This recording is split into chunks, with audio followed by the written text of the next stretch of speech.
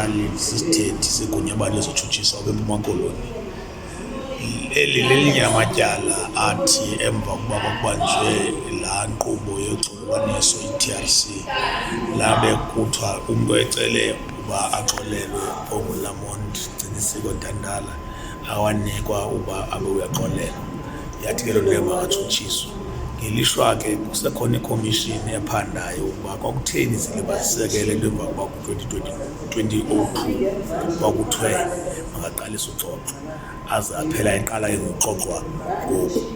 Kodwa ke kulithemba lethu lokutshutshiswa ukuba iza kwenzeka ubulungiswa kuba ke akhona amangqina esesiwafumene nakwaziyo uba abonise inkundla ukuba lona kaNtantala unetyala ngohlobo ukuthi ayithe amanye ayibona into esenzekala.